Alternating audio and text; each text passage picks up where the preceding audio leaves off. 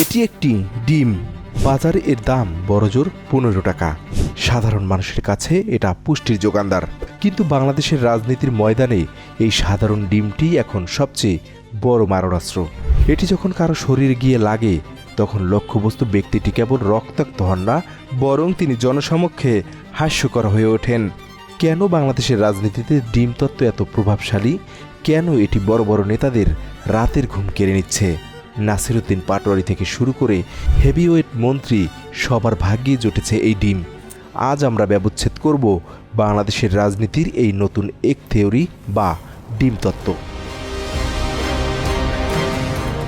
নির্বাচনী জোয়ারের মাঝেই উত্তাপ ছড়িয়েছে নাসিরউদ্দিন পাটোয়ারির ওপর ডিম নিক্ষেপের ঘটনা।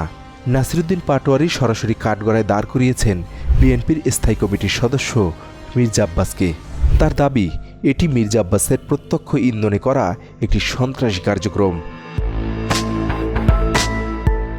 মির্জা আব্বাস এই অভিযোগকে ভিত্তির দাবি হিসেবে উল্লেখ করেছেন। এখন প্রশ্ন হলো, ডিমটি আসলে ছুঁড়েছে কে? এটি কি কোনো অতি উৎসাহী সমর্থকের কাজ, নাকি এর পেছনে আছে বড় কোনো রাজনৈতিক মেরুকরণ? ৫ই আগস্টের পরবর্তী সময়ে আদালত প্রাঙ্গণে যেন আকাশের বদলে মাটি থেকেই ডিম বৃষ্টি শুরু হয়। আইনজীবীরা বলছেন এটি ছিল ১৫ বছরের পুঞ্জীভূত ক্ষোভের বহিঃপ্রকাশ। কিন্তু কেন এই ডিম? একটু ভেবে দেখুন, প্রতিবাদের জন্য তো ইট বা পাথরও ব্যবহার করা যেত, কিন্তু আন্দোলনকারীরা ডিমকেই কেন বেছে নিচ্ছে?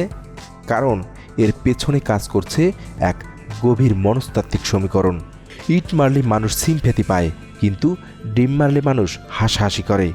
এই যে একজন প্রতাপশালী নেতাকে মুহূর্তের মধ্যে কৌতুক বানিয়ে ফেলা, এটাই ডিম তত্ত্বের আসল শক্তি। আর এর সাথে যোগ হচ্ছে সস্তা দাম আর বহন করার সুবিধা। পকেটে একটা ডিম নিয়ে ঘুরলে পুলিশ আপনাকে ধরবে না, কিন্তু পকেটে একটা ইট বা পাথর থাকলে আপনি ধরা খাবেন। এটি রাজনীতির সবচেয়ে লো রিস্ক হাই ইম্প্যাক্ট অস্ত্র। বিশ্ব রাজনীতিতেও ডিমের ব্যবহার বেশ পুরনো। ২০১৯ সালে অস্ট্রেলিয়ার সিনেটর ফ্রেজার অ্যানিংয়ের মাথায় এক কিশোর ডিম ভেঙে প্রতিবাদ জানায়, যা বিশ্বজুড়ে ভাইরাল হয়। ব্রিটেন বা ফ্রান্সেও এস্টাবলিশমেন্ট বা ক্ষমতার দম্ভের বিরুদ্ধে ডিম ছুঁড়ে প্রতিবাদ করা হয়। উন্নত বিশ্বে এটি নিরাপত্তা ব্যবস্থার ত্রুটি এবং জন অসন্তোষের এক অ্যালার্ম হিসেবে ব্যবহার করে। এর আলটিমেট রেজাল্ট হিসেবে অভিযুক্ত নেতার ইমেজ সংকট তৈরি হয় এবং অনেক ক্ষেত্রে রাজনৈতিক মেরুকরণ ঘটে। কিন্তু মুদ্রার উল্টো পিঠও আছে। আজ নাসিরউদ্দিন পাটোয়ারি অভিযোগ করছেন মির্জা আব্বাসের বিরুদ্ধে, কাল হয়তো অন্য কেউ করবে অন্য কারো বিরুদ্ধে। গণতন্ত্র মানে সহনশীলতা।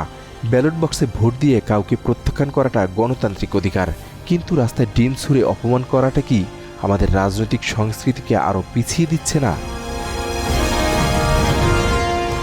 নাসিরউদ্দিন পাটোয়ারির অভিযোগ আর মির্জা আব্বাসের পাল্টা যুক্তি, এই ডিম যুদ্ধ হয়তো চলতেই থাকবে, কিন্তু আমাদের ভাবতে হবে এই ডিম সংস্কৃতি কি আমাদের রাজনৈতিক দেউলিয়ত্ব প্রকাশ করছে না?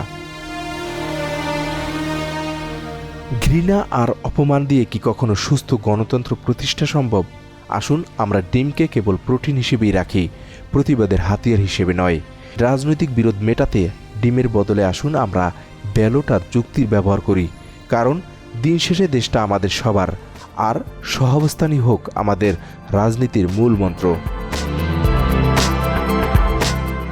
আপনার কি মনে হয়, নাসিরউদ্দিন পাটোয়ারির ওপর এই হামলা কি আসলেই কোনো রাজনৈতিক ষড়যন্ত্র, নাকি কেবলই জনগণের ক্ষোভ? আপনার মতামত জানান কমেন্টে। ভিডিওটি ভালো লাগলে শেয়ার করুন। দেখা হবে পরবর্তী ভিডিওতে। ততক্ষণ পর্যন্ত ভালো থাকুন, সুস্থ থাকুন এবং নিরাপদে থাকুন।